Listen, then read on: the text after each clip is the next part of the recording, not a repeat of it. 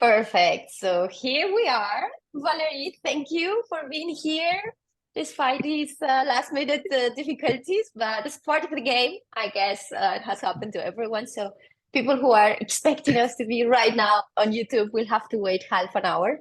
And then they will have access to this conversation that I'm really looking forward with you. Welcome. Thank you for being here. Thank you, Marisol. Hello, everybody. Hello.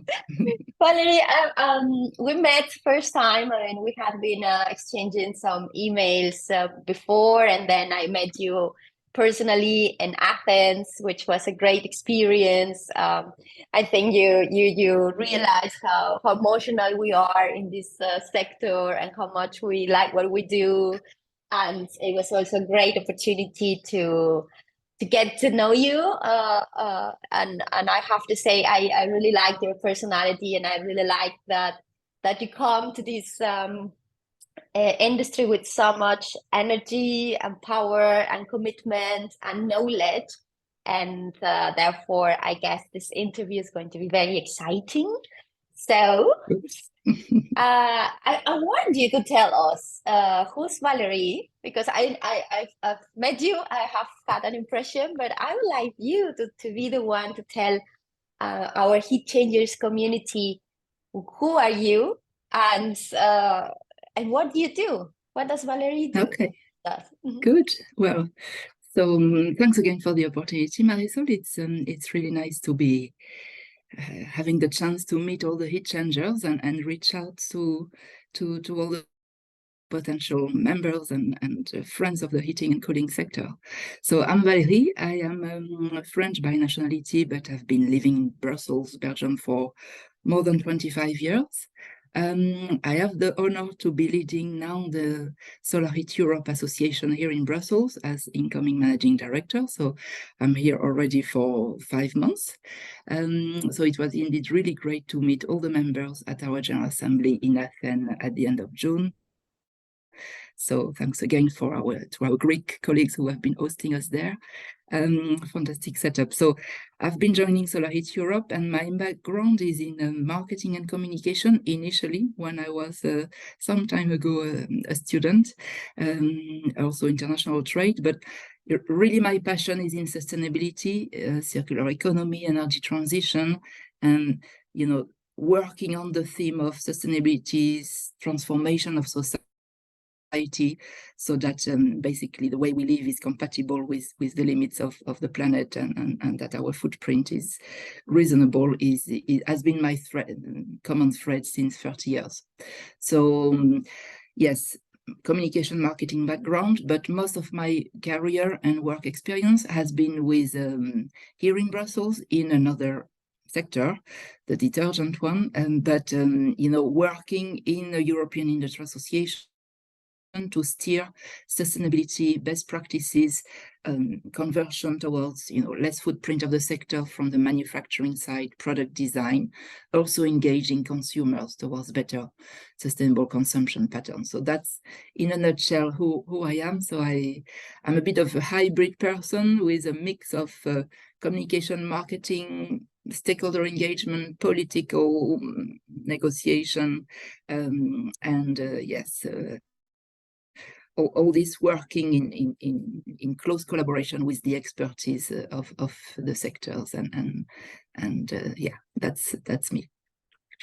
I see. So sustainability is part of your philosophy, because regardless of the sector you are or the area where you work, is, let's say, the core of your activities or your engagement. So I think it's perfect. And now that I know also your background is marketing and communication, and it's exactly what we need more in this industry. So I think we can see that this new energy and already activities that you've done and some steps that you've given are in a new direction. It's in a different wave, which is bringing fresh movements, and this is what perhaps revives some other things which we need so much. So you've mentioned how did you get from one sector to the other, from the detergent sector, so more chemical sector, I would say, to the solar one? So how does it feel that you are now part of Solar Heat Europe, the industry association for solar Yes. thermal in Well, Brussels? it feels great. It feels good. Mhm. It's really fantastic to be working for a sector who is so committed to making this energy transition happen. So I'm really very happy to work on the renewable energy front, and particular for solar thermal. I think it's a sector which needs greater visibility. You know, I'm talking to a lot of members, to a lot of colleagues, to even at international level as well, and I sense the passion of the people of the network to really make the technology more visible, more commonly accepted and recommended by all parties, whether it is in the cities, by industry when they want to decarbonize, by consumers when they are, wanting to renovate their houses. So we really need to, it's good to have this great technology which has proven that it delivers already since 30, 40 years, and really being at the verge of this transition and keen to really make it happen. So we are a reliable sector. We are a proud and really great technical expert sector. We embrace innovation as well, and topics like digitalization. So we really need to make sure that the curve that we have to take now to get solar thermal well positioned and having the place that it deserves in the landscape of all the energy sources is there. So it's good. It's also challenging because we are a small sector. We have some bigger friends around us, and I don't think we need to name them, but we need to collaborate all together, because the challenge is on us all, and all the good solutions have something to contribute and deliver. So I definitely want to help the sector, work with the members, to make that change happen and have the visibility and that solar thermal deserves in this transition, so that the market can grow with the experts around. Yeah, and I guess you've seen also how diverse the solar thermal markets in Europe are, right? You're based Yes. in Brussels. You've been to Greece, one of the largest markets in Europe, where you saw all the solar water heaters on every roof.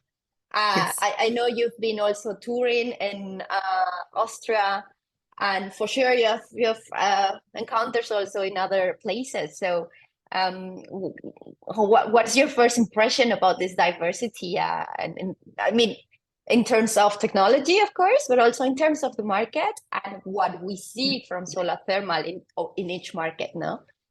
Yes.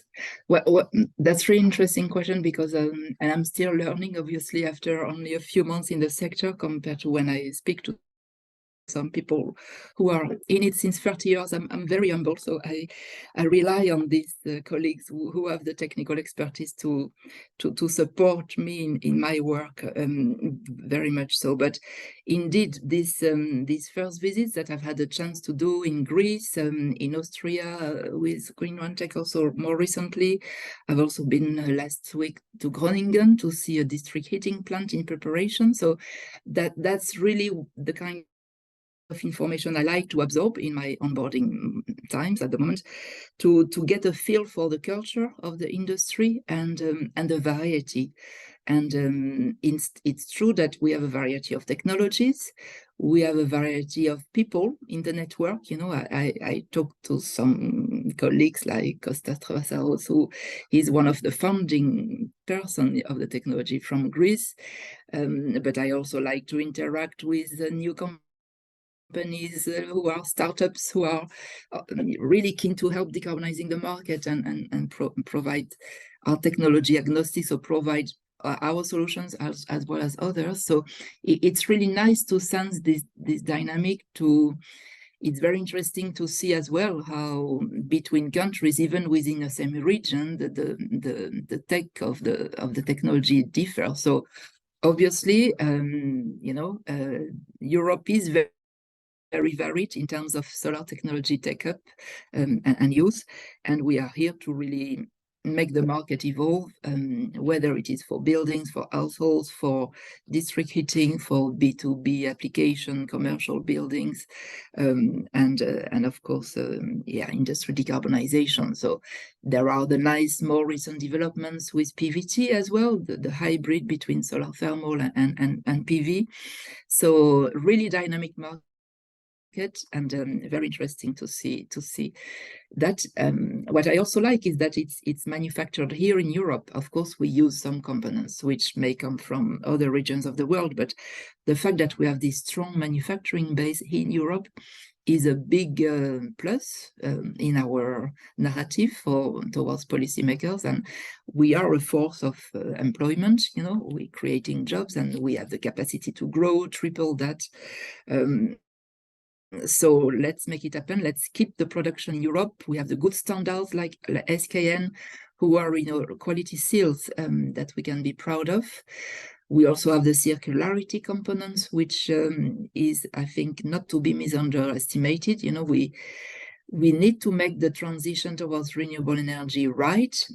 We are in an urgency to do that, even though the signals were there quite some time ago. But now is the decade for change, as we hear it, but we still need to do it in a sustainable way, and the fact that we are using relatively simple technology who can be dismantled and recycled after is also, in my opinion, an argument that is playing in our favor. So really, really interesting, all these activities and developments. Yeah. Several challenges and challenges also in a positive way, right? Because we have the opportunities. You've mentioned there is a broaden or wide range of technologies which are able to be applied in different markets depending on their needs. We have manufacturing. So there are multiple factors that we have to work on because, as you mentioned first, we lack of visibility, although there is a lot of expertise and it's been decades of delivering heat free of emissions. So we are already part of the energy transition. We just need to get this message out. So I guess you have already a pretty good impression of what needs to be done. So the next step is to know how.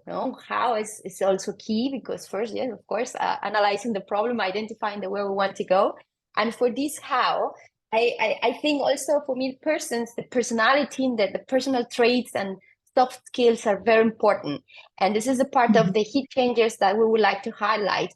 All this drive and energy that comes from one person. In your case, where does it come from? And this is more like talking to the Valérie doing the job, right? Where this drive and this positive energy to engage in all these new activities, to give more visibility to the sector, to fight for the place it deserves. Where does it come from, and how do you apply it in your daily job?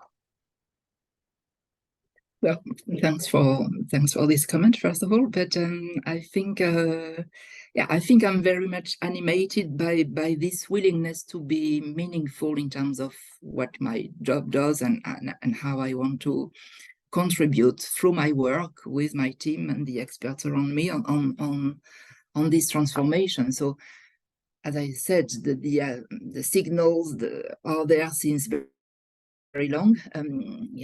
Back 30 years ago, when I was still a marketing student, I did my thesis on the topic of marketing and environment. Is it a trend or a necessity?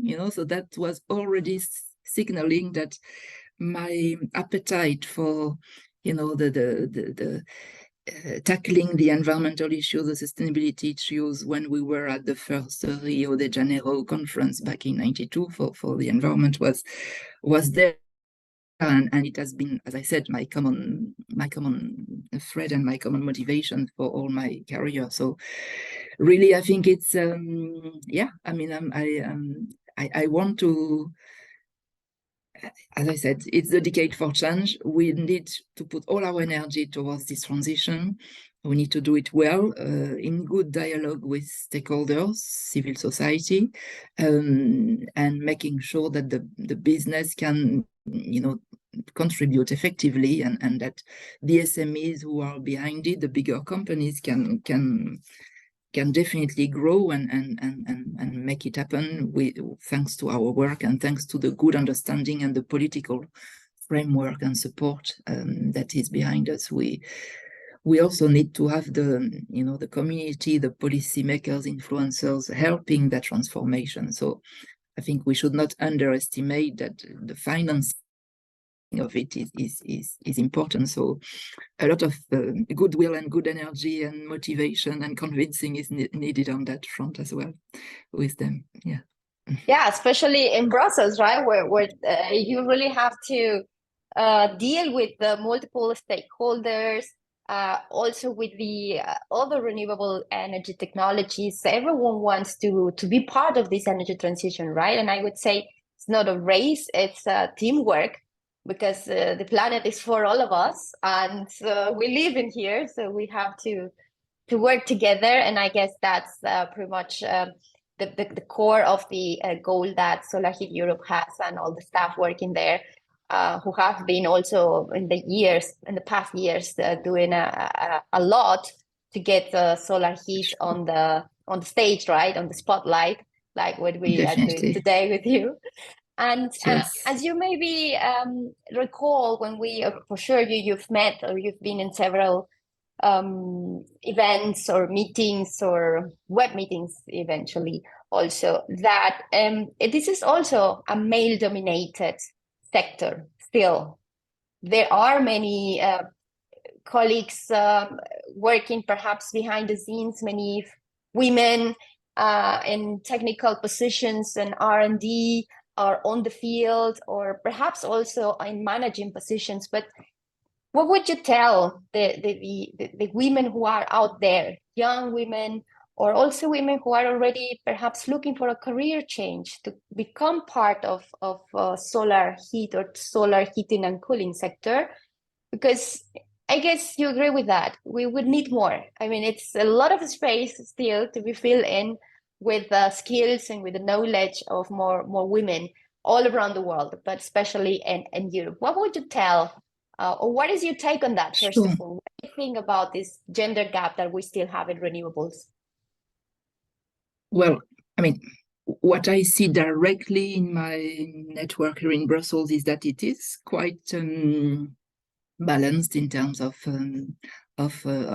gender balance, with leading female colleagues at the head of the Euro Heat and Power Industry Association, at the Solar Power Industry Association, or in the advocacy for the heat pump market. So I see some really fantastic personalities in the community together with us. Now, down the business, down the companies, it's still yet to be found out. But I think the question of skills in general is an important one for this renewable energy transition. Probably not just for our sector, but in general. I think it is a priority for the Commission to put skills high on the agenda, so that not only do we have the awareness, the visibility of the importance to move away from fossil fuel and go towards renewables, but also that we can provide the technology, source it from the kind of raw materials and ingredients and goods that are needed for the production, but that we can also install it. If we have the framework there to put solar thermal and source it, but we don't have an installer to put the panels on the roof, then that could be an issue. So I think the question of skills in general is even broader than the gender balance, but I'm not gonna say I'm not for gender balance, of course. I think we need all the energies and all positive vibrations. I think that with all the climate march and the young activists who are on the topic of climate and you know, speaking in a very verbal and vocal way in the big UN meetings, the generation is coming for sure. And people want a meaning for their job, you know. So I am confident that the new generation is going to be embracing all these jobs. It's also over to us to make them appealing, to make them competitive, and that we all work together towards this attractiveness, you know. So I'm proud to be joining, and I think we will have the first meeting in mid-September, the Women's Environment Energy for Environment Network, or I can't remember exactly the name, but I will look forward to this network discussions as well with other women. So that will be also, I will be in better shoes to talk to or debrief you after my talk on that. But yes, skills in general is important, you know, to not only the visibility but also making it happen, that we have the right people all along the chain, you know, from the research, the manufacturing, the installation, the advocacy, the communication. Is critical. So let's make it attractive and have the talents and have the enthusiasm around us to make that transformation happen. Yeah. Exactly, and that's something I would like to highlight, that there are multiple types of occupation jobs or profiles that we have in the industry. Many people associate solar or in general renewables with technical skills, you know, or R&D, or more like in technology areas, but actually it's an industry which needs a little bit from everything and everyone. So these skills developments are needed from multiple areas, from also diversity of backgrounds, and being in Europe and having all this rich diversity available, I guess it's going to be something that could be very attractive for young people looking for being part also of this new way to use energy, right? Because I think it's now getting the conversation more into a normal thing. No, it's not like, oh, okay, come the renewables, this is something new. Now we know they have been there for a while, so it's one more industry to pick from those where you can enter the label market. So I guess you will also be working on that at the European level. So at the you know, yeah, work and we are to Europe. Yes, we are part of this large-scale partnership on skills that that my colleague Saverio is leading in Solar Heat Europe. So definitely we want to contribute to that topic of greater awareness, greater attractiveness for solar thermal, notably, as well as the other, you know, installing job and, you know, all the plumbers and all these people who can help be ambassadors. You know, if at the end of the chain, the people who is the direct person to whom the consumer would interact to renew the house is not an ambassador of the technology, it's not also going to happen. So yeah, we need to work quite on many fronts to make the ambassador's role happen, and the marketing on all the different opportunities happen. Yeah, so you have a pretty full agenda, I would say, for the next years. Yes. Just to start closing our 30-minute interview, because we have a few minutes left, I would just like to know what is next now. I mean, to close 2023, a very exciting year full of positive news, because I know the market in Europe has been growing and it's developing, and we are moving forwards also in terms of regulations and consideration of solar thermal into multiple directives. So there are a lot of successes to celebrate, but still there are some months to go. So what is on top of your most important to-do list? Well, I'm really looking forward to working with the new board who has been elected in Athens, and kickstart the new season indeed with them. I think on our priority practice, well, we have some short-term legislation who are really coming to an end like the European Performance Building Directive, Energy Performance of Building Directive. So we really want to make sure that the solar mandate, which is linked to that directive, is applicable to both solar PV and solar thermal. So there is an obvious opportunity here to profile solar thermal and make that buildings when they will be renovated, or new buildings when they are installed, have a dedicated surface on their rooftop for solar technologies and solar thermal in particular. So this is a hot file at the moment in Brussels, because it's really coming to an end. The Renewable Energy Directive is going to be voted and acted upon soon, with the 40.5 targets for the use of renewables. So that's great. And now there is also, in the coming weeks and months, a change of Commission and Parliament. So we need to work with the other community of renewable energies, so that the momentum, which has been very high, you know, with the Green Deal of Ursula von der Leyen and Franz Timmermans, continues to have a high position as well, and that renewable are definitely on the top priorities. So, of course, a bit of uncertainty with this change of Commission, change of Parliament.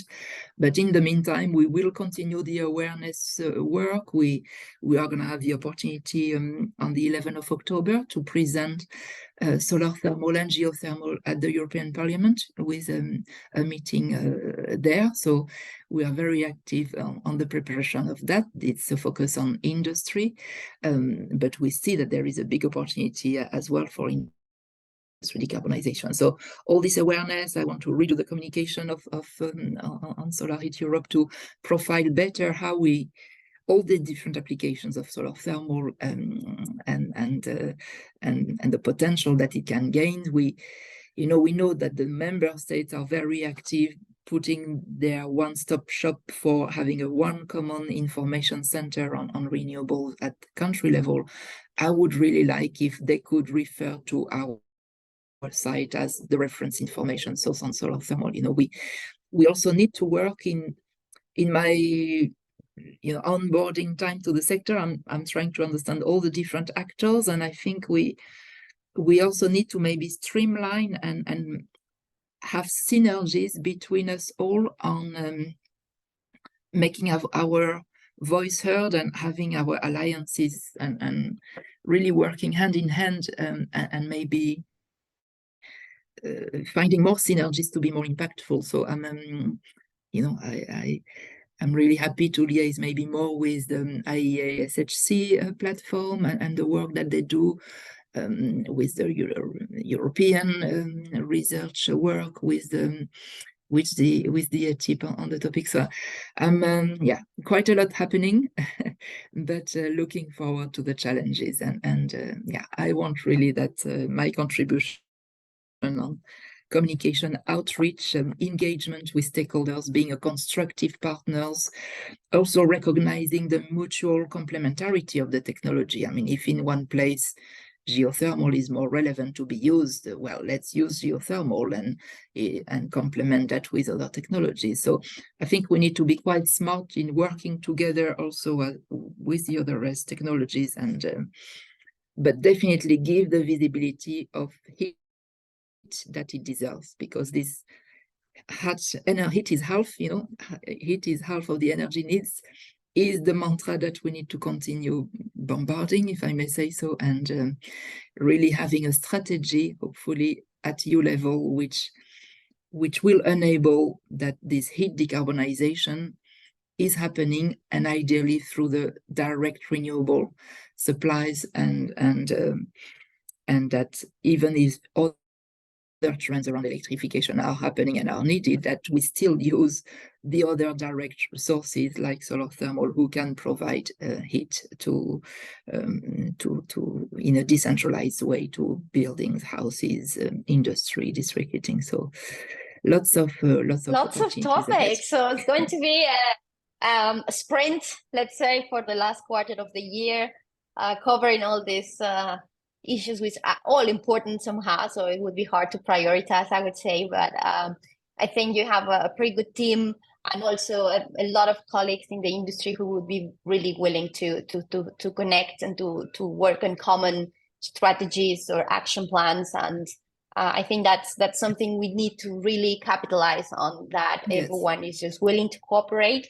So also count on that. We are very happy to help with dissemination and to be creative, to do brainstormings and topics of what we can do together. Yes. That's also yes, very, and I want to work. I also want to work more with all the experts in the sector. You know, we through the working groups that we are going to have on large scale, small scale communication, PVT, really tapping into the expertise of the people from the sector to come up and seek also their advice for priorities for how to engage further, and hopefully by doing so attracting even more members, because I think Solar Heat Europe can gain in being even stronger, having a bigger, you know, the more we are, the better we are, the more impactful we are. So we, you know, by being stronger, we will also have, you know, a good output together. So my email is open to reach out to as well potential members, and that would be very welcome.